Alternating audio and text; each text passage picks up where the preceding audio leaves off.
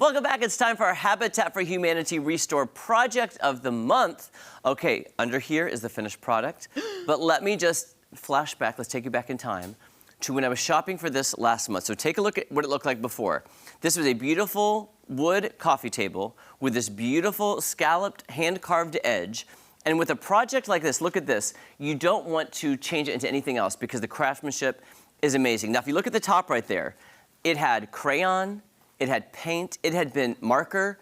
I was like, what am I gonna do? Because I need to sand this, and I hope there's only certain ways you can sand. Sorry, I was looking at it. Oh, sorry, I was like, it went intently. black. I'm sorry, I don't know what's happening.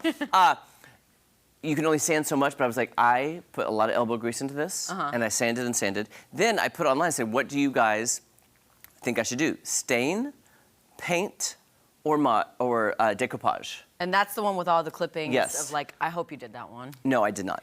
Oh. Because the viewers voted. Oh.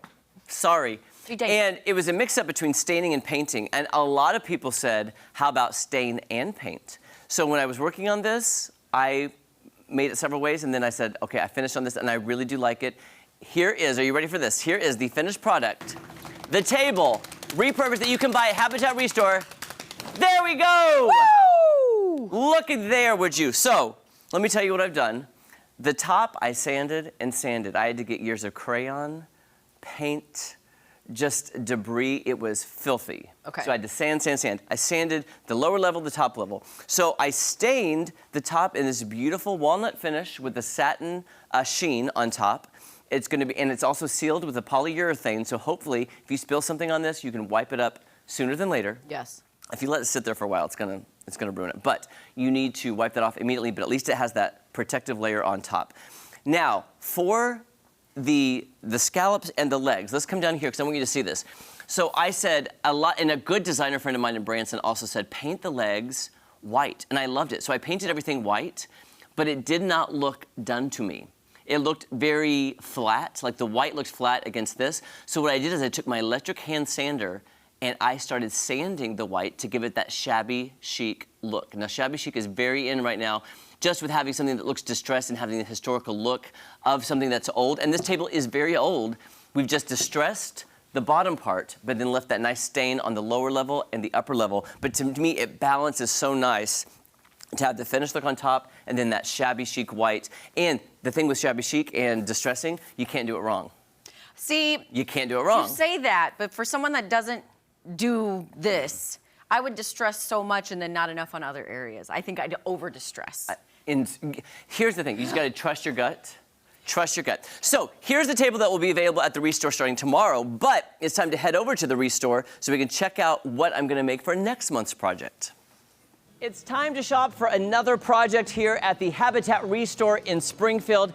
And I love coming here because you never know what you're gonna find.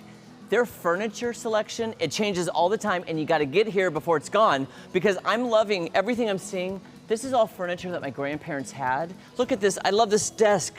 It's such full of character, and I'm not even kidding you, on the balcony of my grandmother's upstairs house, she had one of these vessel bowls and this mirror. This looks almost identical to this. Now this is something you don't want to repurpose. This is something you want to refurbish. You want to bring it back to its original glory. You don't want to destroy an antique like this. So when I'm seeing this, I'm thinking you could get this, pass it down in your family from generation to generation, and it's something you can get so affordably.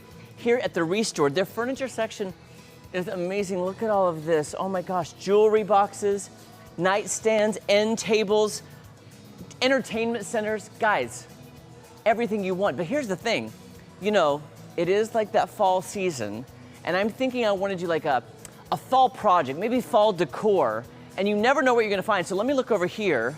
Okay, I love lighting fixtures. And when I was here last month, I remember seeing some chandeliers, maybe some sconces or lights that I could do something with, but I need to find the right one because, okay, like for example, this one.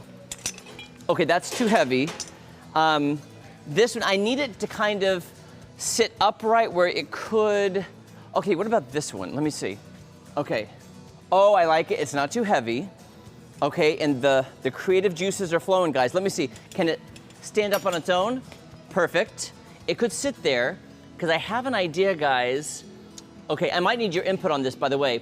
because also it could hang and it's not too heavy. Okay, you know what? I actually saw something at the front that might go perfectly with this. Come on. Did you know the Restore also has seasonal decor? Would you look at this? This is adorable and so much more affordable than all those other stores. Look, they have scarecrows and Halloween bags and pumpkins and everything you need. In fact, look at all this. Okay, scarecrow, yes. Some crows, mini scarecrows, medium-sized, a little bit bigger. Guys, the creative juices are flowing, so stay tuned to find out what I'm making for the Habitat Restore Project of the Month next month. All right, check out